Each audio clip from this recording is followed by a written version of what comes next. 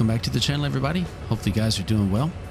Today, as promised, we are looking at part 3 of the manifest trains on the North Texas Beltline. And we're opening here with a scene of both of our trains departing Kingston Yard after having done all their work from episode 2. Just want to say thank you for tuning in. I think this video will be interesting just to see kind of the process of them getting to the other end of the layout and the breakdown process. So we'll have quite a bit of traveling of the route to see, some rail fanning, and then we'll finish up with some switching scenes and some discussion of kind of how the yards operate and whatnot. So I think it'll be really nice. But thanks again for joining. Decided I'm not going to pull up any switch lists this time. There really isn't too much that the switch list tells us for these, except kind of which yard track cars go on. And there's only actually one car from both trains that's actually being spotted at an industry, so I figured it wasn't really worth the effort. We could let that one slide. But here you can see we have the eastbound manifest heading southeast out of Kingston Yard towards Greenville.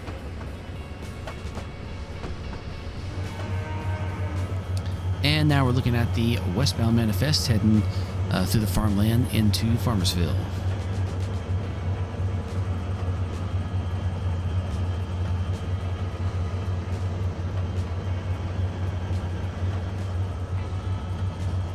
Now this is the westbound manifest on the west side of Farmersville coming into Princeton just around the corner.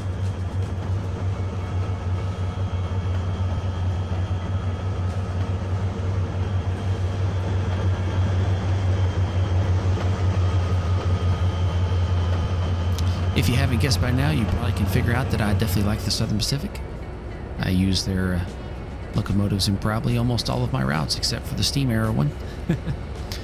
And here we are with the eastbound again, heading into Emory.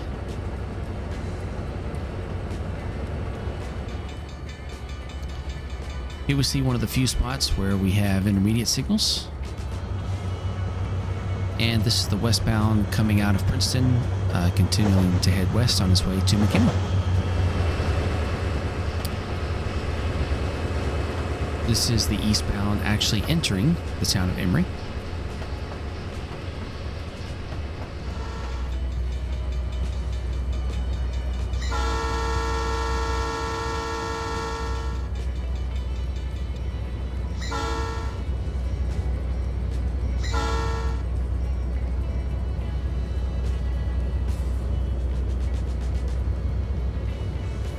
Here we are with our westbound again, almost into McKinney. Once they get into McKinney, they take the siding, which you can see here, and they'll go ahead and occupy the siding all the way around to the west end of town, and then this train is broken down in the west end of McKinney Yard. The yard crew, which has those two CSX SW1500s over there, the yard crew almost exclusively works the east end of McKinney Yard.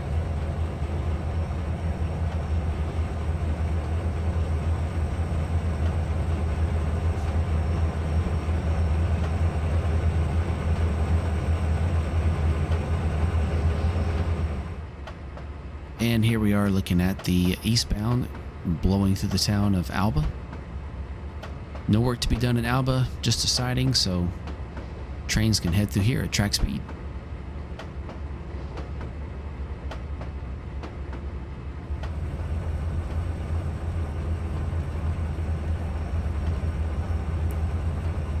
Just a reminder, it's been a while since we talked about McKinney Yard, but in McKinney Yard you have 4 tracks. Actually, excuse me, 5 tracks.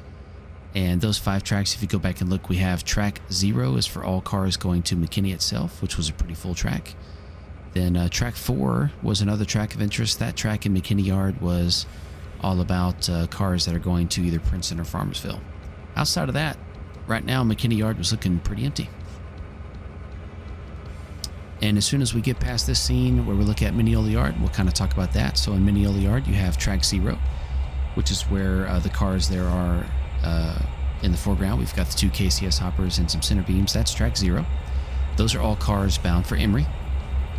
And then on track 3, which is the one closest to the roadway there by the KCS locomotives, track 3 in Mineola Yard is where we hold any cars that are going to be going to the Union Pacific train on the next day out.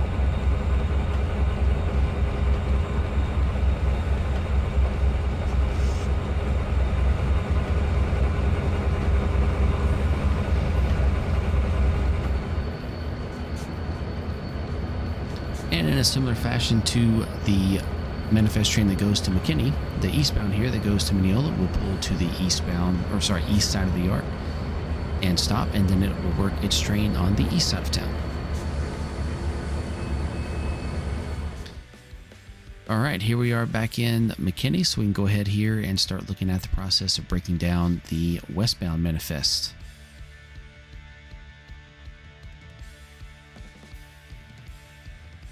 You will see me kick cars. I do personally like kicking cars. It's a little faster.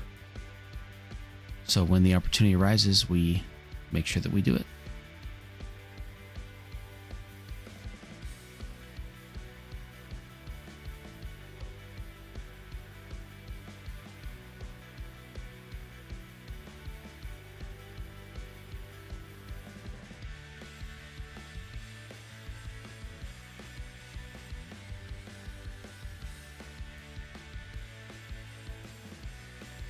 Track 1, where we just cut those cars off, those are cars that are going to be bound for the DGNO interchange the next time that train runs out. And here we are putting a boxcar onto track 4 for Princeton.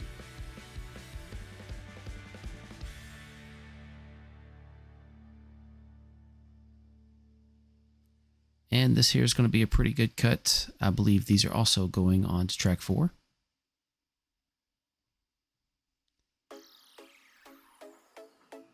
Sorry, it looks like it was just one car. There is a big cut coming up here in just a minute. On the prototype, I'm not sure kind of what's a realistic or practical limit to how many cars you'd want to kick at once.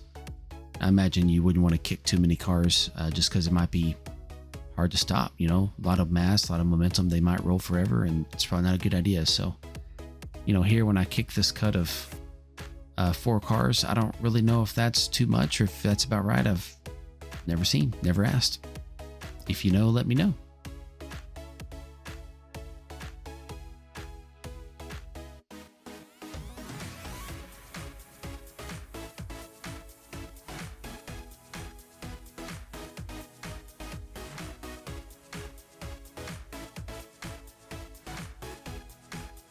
Got some more cars for track 1 here.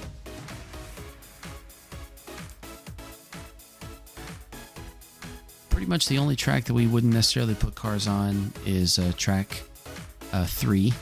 Track 2 never receives any cars from any train except the DGNO, so we wouldn't put any there. But track 3 is the one track we don't put any cars on because that's where cars are held for us to go back east. So we wouldn't bring a car west just to put it back east. And now that the locomotives in McKinney are put away, we're back to the east end of the layout here. In Mineola, there's, I guess, 2 tracks you could set cars out to. Plus, there are 4 industries that this train could also have to spot cars at. We're only going to have 1 car today get spotted. But we do have quite a bit of work to do for the other 2 tracks. There are 4 tracks in the yard, but this train only works track 0 and track 3.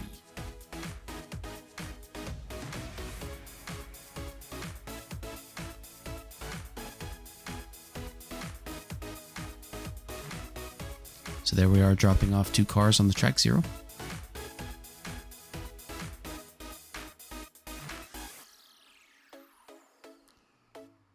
And now we have a cut here all the way for track 3.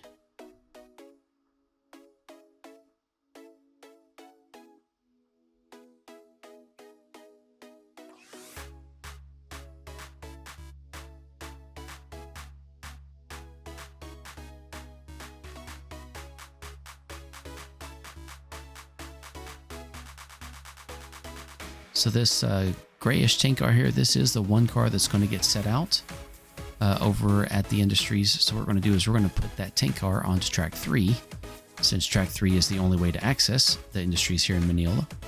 And then eventually we'll get our locomotives over there onto track 3 on the other end of the yard, and we'll go work that track.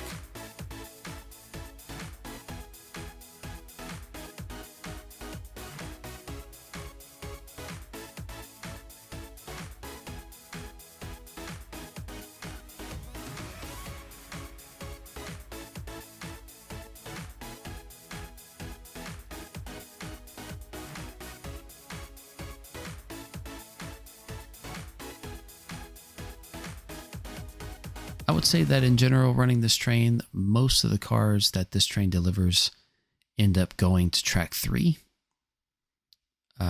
From my experience, having run this train 4 or 5 times through different operating cycles, since track 3 is set aside for all the cars heading out to the Union Pacific, and there's not a whole lot of places to send cars to via Mineola Yard. I think that's why a majority of them end up going on track 3 to the UP. As I say that, we did have quite a big cut of cars here going to track 1, but in general, most will go on track 3.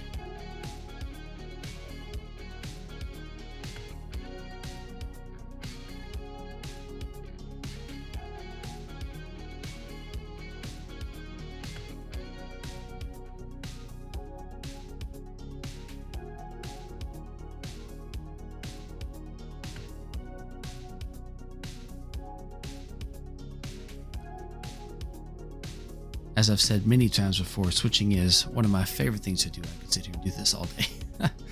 Just really enjoy working yards. I think though in real life, if I were running the railroad for real, I probably would not like working yards because I know that it's much slower paced and there's a lot of coupling and uncoupling and brakes and bleeding air brakes and connecting air hoses and just a bunch of mess that I probably wouldn't like very much. Maybe it'd be different if I were the engineer sitting in the cab. I might like yard jobs again, who knows?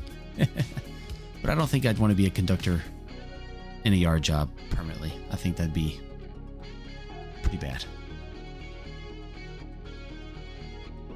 Maybe I'll be surprised, who knows? But I do believe these are our last 2 setouts here before we go to the other end of the yard to start doing a little bit of work. Yep, looks like it. So we're going to go ahead and shove on to track 3 to get clear of the house switch. And we're going to go ahead and complete our runaround now.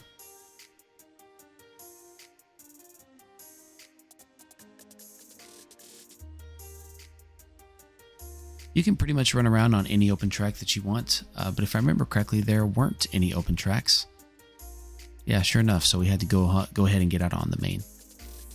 Now, one thing that this manifest has to do is it has to, when it's done working, it has to go to track 2.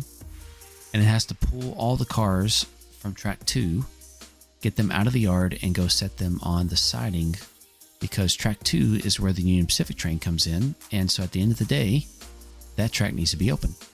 And the manifest train is the last train to operate in Mineola Yard for the day. There are no other trains that do any work in Mineola, so it is this crew's job in order to clear track 2.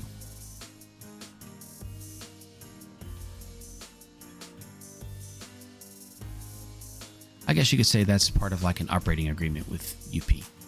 That way UP just comes in, drops their cut, runs around, picks up a new cut, and leaves and gets on with their day. Now we're going to go ahead and back up into track 3 so we can start working our 1 car, that silver or gray tank car there.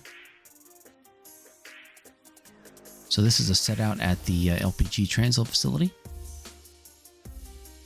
This industry takes loaded tankers with LPG and ships empty tankers to be, refilled and sent back.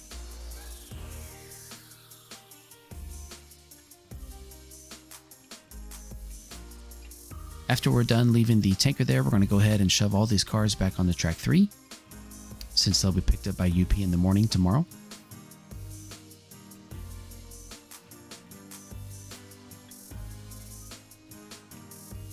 And then once that's done, we will run around on whichever track we want and get back over to the east side of the yard so we can park these locomotives over on the house track.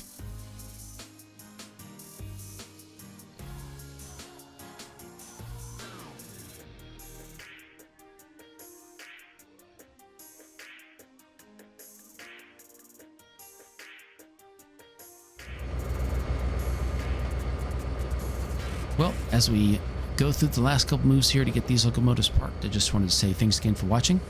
This was part 3 of the manifest trains. I know this has been almost like a saga of its own, but running these manifest trains really is a very busy and time-consuming job. Still is my favorite job on the NTB to run, just because it takes so long and it's fairly complex and has quite a bit of moving parts to it. But I hope you guys have enjoyed this short little mini series within my main releases of videos. So stay tuned. And pretty soon we got to have a live stream on the Brighton branch. I've got a request for a video to be made about how I choose industries for Spurs, and need to make that video.